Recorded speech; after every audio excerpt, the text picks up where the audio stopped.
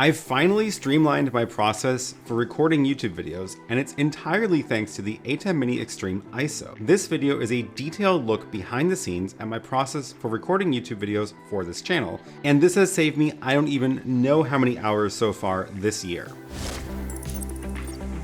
Hi, I'm Aaron Pirecki. I like making videos like these, tutorials and reviews about live streaming gear and video production. I have a huge list of ideas for my next videos and a lot of gear that I need to review as well. And the only way I'm going to get through this list is if I can cut down the time it takes me to make each video. A big part of the motivation of every aspect of this workflow is to cut down the amount of time it takes to both film as well as edit these videos. I've been refining this process over the last few months, shaving off a few minutes here and there, and I'm excited to finally share this process with you in this video. I'm going to take you step by step through the entire process from start to finish of how I make videos exactly like the one you're watching right now. Now keep in mind, most of what I'll be describing can be done with any kind of gear. There's nothing particularly special about the specific pieces of gear I use, with one major exception. It's really the ATEM Mini Extreme ISO that makes this whole thing come together, and that is the trick behind the thing that saves me the most time. In particular, it's the fact that the ISO model can record all 8 inputs all at the same time onto a single USB drive, but we'll get to that in a bit. There are a few stages of the process I'll be talking about, and I have timestamps to each section in the description below in case you want to skip around. These timestamps are also a trick I'll mention towards the end. So to start off, I want to first talk about the camera setup. My videos are mainly these kinds of talking head videos, where I'm also either demonstrating something on a computer screen or showing how a device works. But the first trick is that just one talking head angle isn't enough. Now, I personally don't really mind the jump cut style of editing, but I know other people do. And I will admit that it does look less polished than editing out all the jump cuts. Jump cuts can be used for dramatic effect, but the main reason they would end up in a video is because you want to redo a sentence or take out some awkward gap, so you would just cut out part of the timeline, leaving a cut between the same angle. One way to cover this up is to crop in on the video, which can definitely work to hide the cut. But if you are filming in 1080 and then crop in on 1080, then you're going to lower the quality of the final output. Now, if you film in 4K, that's great, because then you can crop in a full 2 times on the video without losing any quality if you're publishing in 1080. But I don't record in 4K, as we'll get to in a little bit. So instead, I want to also have a wide shot of myself, which I can then use to switch to when I need to hide a cut. So these are the main 2 angles I'll have for the whole video. And that means at any point, I can cut between the 2 angles as much as I want and hide the fact that there may have been some gaps in the actual recording. Now, as for other angles, it depends on the video.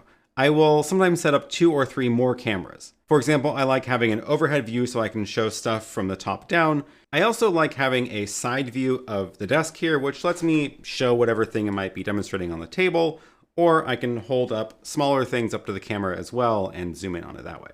I may also have a third angle focused on the ATEM Mini or the YOLO box or some other thing on the table. For all these fixed angles, like the main angle of myself, I usually want fixed manual focus. Otherwise you end up with weird autofocus issues in the video.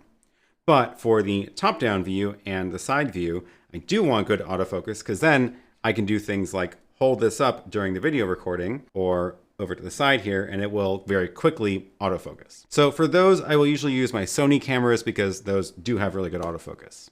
Okay, so this is a lot of cameras, but let me explain why I do this with 4 or 5 cameras instead of just 1. I already mentioned the jump cut issue, which is way easier to cover up if you have 2 separate cameras. Now, of course, the other angles could be done with these same cameras, but it would mean I would have to move them around, and it would also be a lot more editing work after everything was filmed. The idea with having all of these cameras all running at the same time is it means I can record the whole video in more or less 1 take, and that really speeds up the edit. So let's move on to the next stage of the setup and the next key piece of gear that makes this all work, which is the ATEM Mini Extreme ISO. The ATEM Mini Extreme ISO is really the key to this whole operation. This lets you plug in 8 video sources and it records them all at the same time to individual files on a USB drive. Before we get into the setup, I feel like I should explain why this is so much better than recording in each camera separately. I actually used to record multi-camera videos by recording to internal SD cards in all the cameras and then syncing everything in post later. And it's true that modern video editors can do automatic camera syncing by matching the audio tracks up, but even still, just the amount of time it takes to go around to each camera, hit record, pull out the SD cards, copy the files, import them all into the editor, and then do that sync, it actually adds up to kind of a lot. And there's a lot of room for mistakes, like if you forget to import one of the SD cards, or if you lose track of one part of the clip, or just forget to press record. What makes the ATEM Mini so much better is that when you hit record, all 8 tracks are recorded and they all start and stop at the exact same time. And they're already on one drive. So essentially what that means is I hit record, I let it roll for the whole take, I bring this drive into the computer, and everything is already right there, ready to be edited. This also means I'm not limited to recording only cameras. It's also a very, very fast way to record a computer screen or iPad or any other device outputting over HDMI. So the idea is to connect all the camera angles as well as anything else I want to be recording into the ATEM Mini Extreme ISO. So that usually means all of these cameras as well as my computer screen or an iPad or iPhone. That way I can show apps running on these devices too. So if you have 2 monitors on your desk, you can use one for the multi-view of the ATEM and the other for your computer screen. I have this big monitor here, but because my computer is routed through the ATEM, I can actually press a button on my Stream Deck and turn this into a computer monitor if I need to navigate something on the computer. Meanwhile, my computer screen is recorded as one of the ISO inputs into the ATEM. If you're not using Companion and a Stream Deck, then these little output buttons on the ATEM will also change what goes out of that HDMI 1, so you can full screen on one of your inputs, whether it's a computer, or maybe you want to get a close-up look at one of your cameras. Speaking of which, this is a good time to go and check the focus of each camera. You can go full screen each camera, look at it on the big monitor in front of you, and make sure that each of these is in focus. The other thing I like to make sure I have on the multi-view is this recording status. And that's just so that I can make sure that it is in fact recording and I can see how long it's been recording, and to make sure I've got enough disk space left on the drive for the rest of the time I need. So the last bit of setup here is the audio.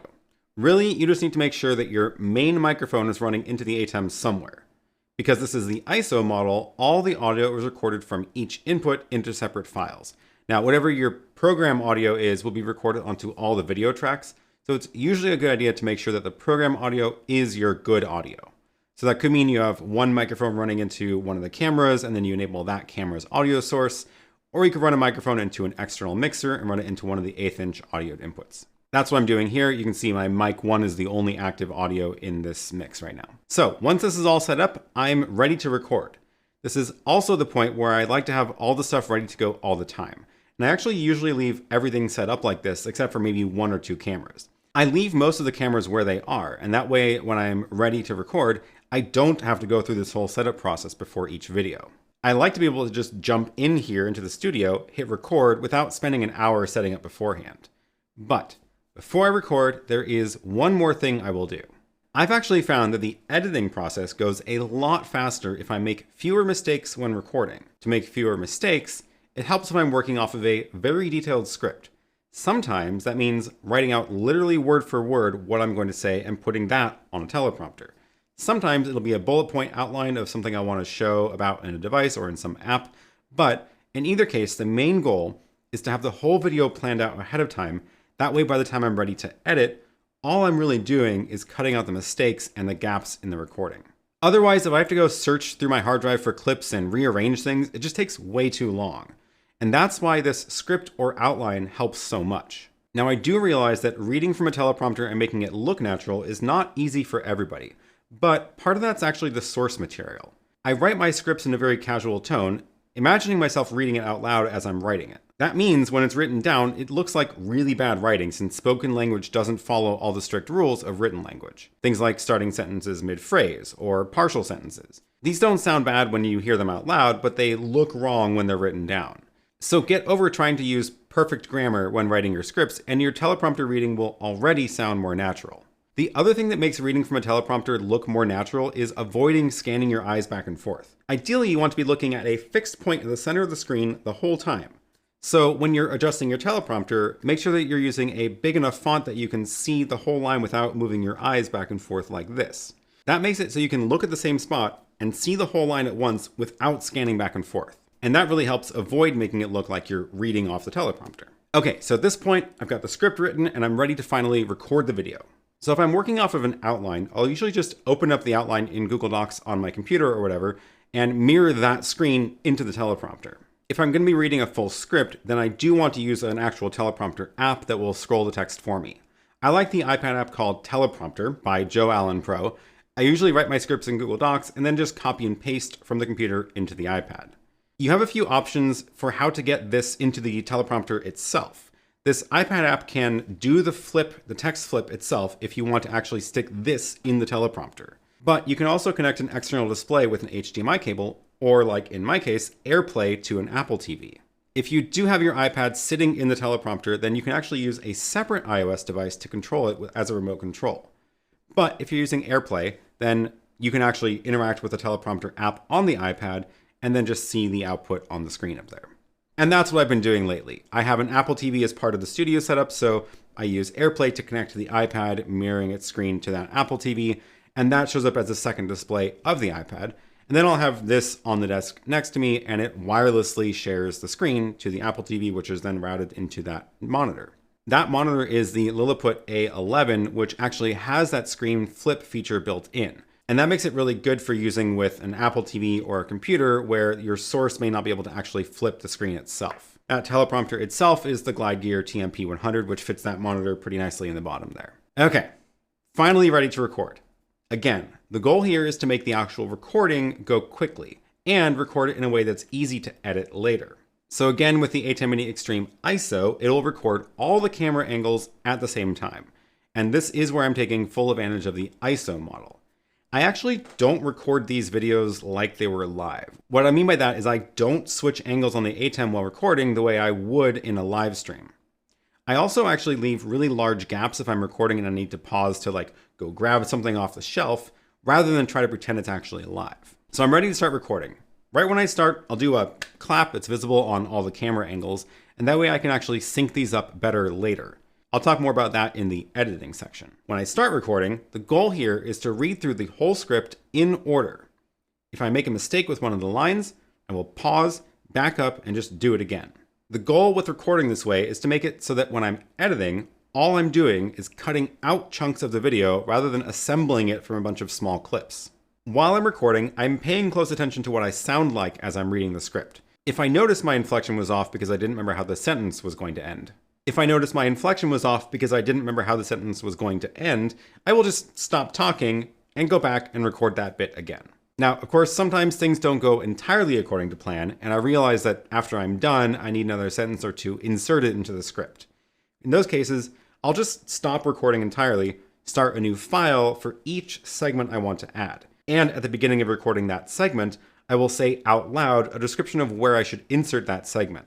Basically, that helps when I'm editing, that way I'm not trying to figure out where everything goes. Once I'm done recording the A-roll, it's time to take this into the editor and start chopping it up. So, like I mentioned before, the ATEM Mini Extreme ISO is a key part of this workflow, both for filming as well as in the edit. Now, you might be thinking, of course, he's going to take that Resolve project that the ATEM creates and open that up and edit, right? Well, no, and I'll explain why. For starters, I actually don't want to mess around with cutting live while I'm recording. I would rather just have all the angles recording all at once. But secondly, I actually don't like the way it creates the Resolve project on the drive itself. So instead, I'm going to create a multicam clip myself and then do the edits in 2 passes. So first things first, I'm going to import all of the ISO recordings into Resolve, and then I'm going to create a synced multicam clip. Now, since these all have the same audio and the same timecode, it creates the sync clip instantly. Once this is created, there are a couple of tweaks I need to do before editing. Now, since my cameras are a lot of different models, they all have a different HDMI delay on the outputs. I usually sync my audio to the main camera, that way it's in sync when I'm streaming, but it will very likely be out of sync with some of the other cameras, especially if one of the cameras is also showing the Multiview, which may also be introducing its own delay because of how many things are in between here and there.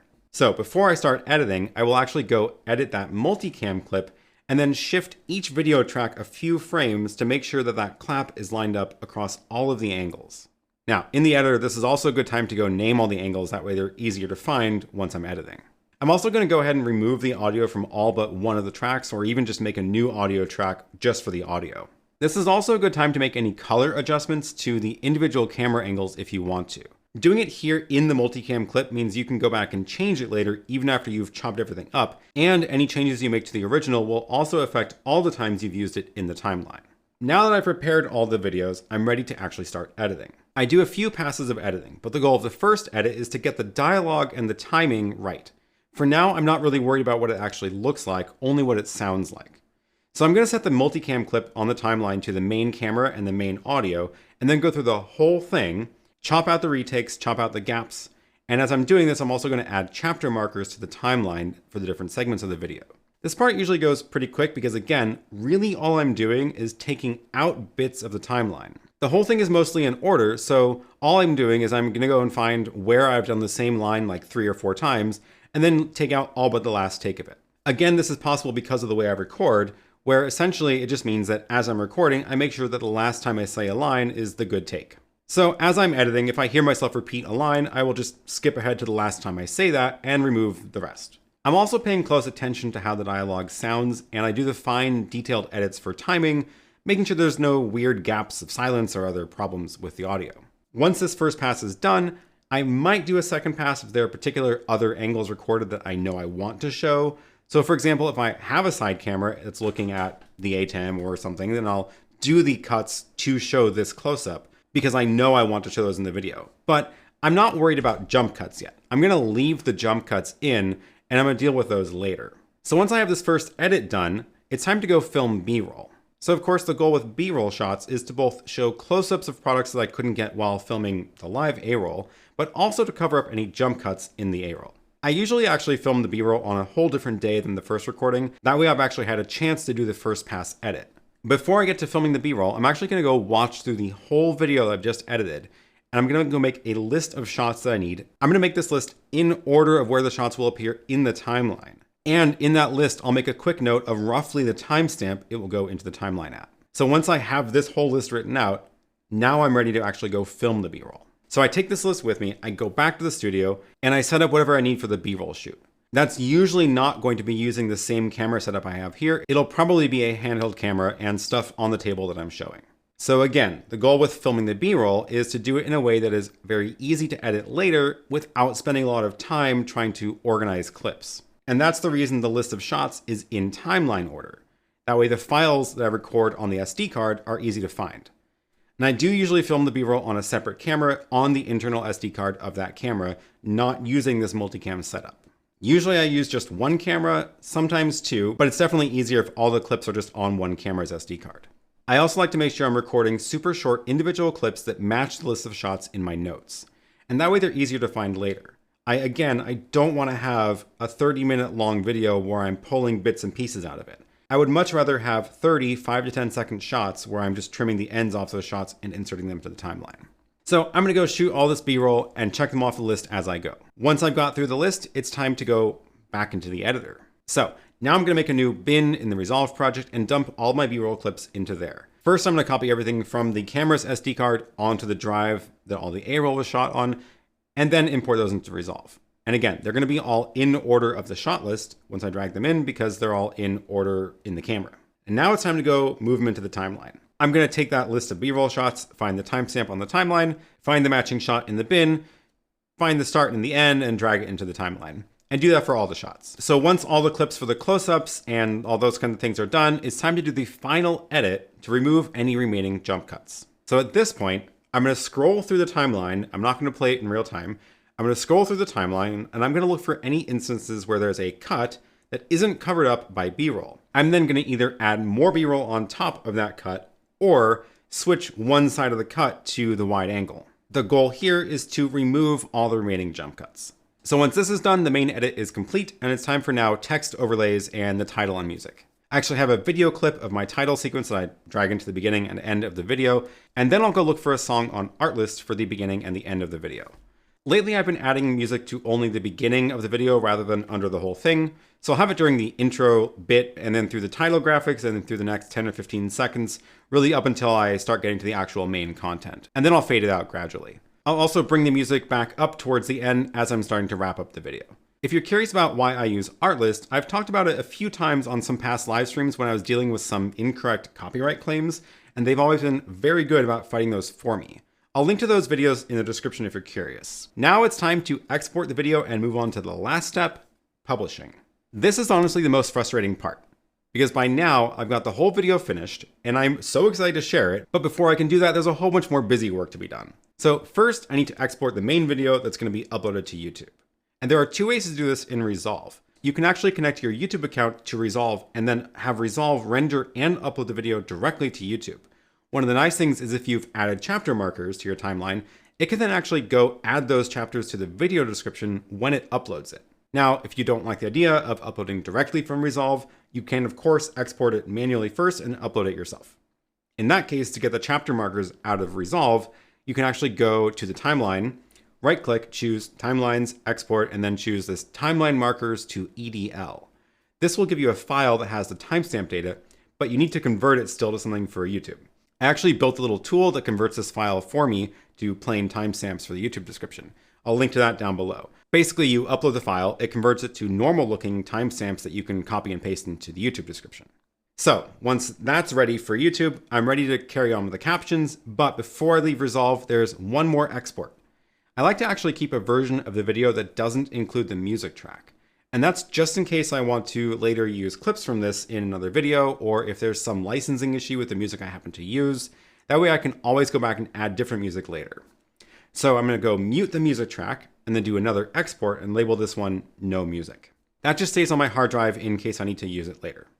So moving on to captions. I like to make sure that all of my edited videos have captions on YouTube. That's both because I tend to talk pretty quickly because I prefer videos where people talk quickly, but I do realize that that's not always easy for people to understand, especially if you're not a native English speaker. And captions can really help with that. Of course, doing captions from scratch is a lot of work, but on the flip side, YouTube's auto captions are not great. So I need something in between. And that's why I've landed on this tool called Sonics.ai. They're not sponsoring or anything, but I'd be happy if they did. I've just really enjoyed using them. The trick with Sonics.ai is that it does do a first pass of auto transcription of your audio. So I'll go upload the video or even just a dialogue only track to Sonics, and then it will sit there for a few minutes and do the transcription and give me a big screen full of text. But this is now where Sonics makes this a lot easier than other tools. You just get what looks like a regular text editor, and you can now correct the transcription that it's created. So it does have a feature where you can edit the dictionary it uses for auto transcription, and that will already make it better than just YouTube. So I've got things like HDMI, ATEM, YOLO box, those words that are not in a normal dictionary. I've given that to Sonics, and it does an okay job of using that custom dictionary. But it still often gets a lot of it wrong. But correcting the captions in Sonics is extremely easy, because all you're really doing is you're scrolling through the list looking for typos or things that don't make sense, and you just type over it to correct it. You don't have to worry about timestamps or anything like that. It manages it all for you. If I find a spot in the transcript that I'm not sure what it was supposed to be, you can just quickly play the recording at that point and then hear what you said and then correct it right there. So really it just takes a few minutes to skim through the whole thing and look for the mistakes and correct it in line. And then you can just export this as an SRT or VTT file and upload that into YouTube with the timing already in it. So I upload this file to YouTube, telling it that it's a file with timing. I don't use YouTube's tools at all for dealing with captions. Next, I need to fill out the video description. So that's going to be writing a quick intro sentence and then also adding in links to products or other videos I mentioned in the video. This takes me a while to figure out what I want to include, and I have to go deal with my affiliate links and all that stuff, so that can take some time. Then, of course, the thumbnail. I really hate thumbnails. I wish it wasn't so important on YouTube, but it really is. I'm not going to claim I have the best thumbnail game, and I am not going to give you any tips for that here. But you have to upload a thumbnail. The way I do my thumbnails is I've actually got a Keynote file on my Mac with the template graphics and all those things saved in it. And I will go and copy and paste the previous one I've used and swap out the image. As far as actually shooting the photo to use in the thumbnail, I will usually do that either while I'm recording the A-roll or while I'm recording the B-roll. If I can remember. I sometimes forget, and then it's very frustrating to have to go do this again later. So before I'm done shooting B-roll, I'll try to get a photo or a video of something about the product that I'm talking about. It's usually helpful to think about what I want the thumbnail to be before I start recording. Otherwise, I'm in the situation where I'm in now, where I'm recording this right now and I don't know what the thumbnail is going to be, so I can't really do a thumbnail shoot right now. Maybe the thumbnail of this video will be a photo of the multi-view of my ATEM. We'll see. So once that's ready to go, basically that's it. I will usually schedule this video to go live on YouTube in the next day or two, rather than publishing it immediately when I'm done editing. One of the reasons for that is YouTube does a bunch of background processing work on the video to transcode it into all the different quality settings, and I don't want to publish it before the HD version is ready.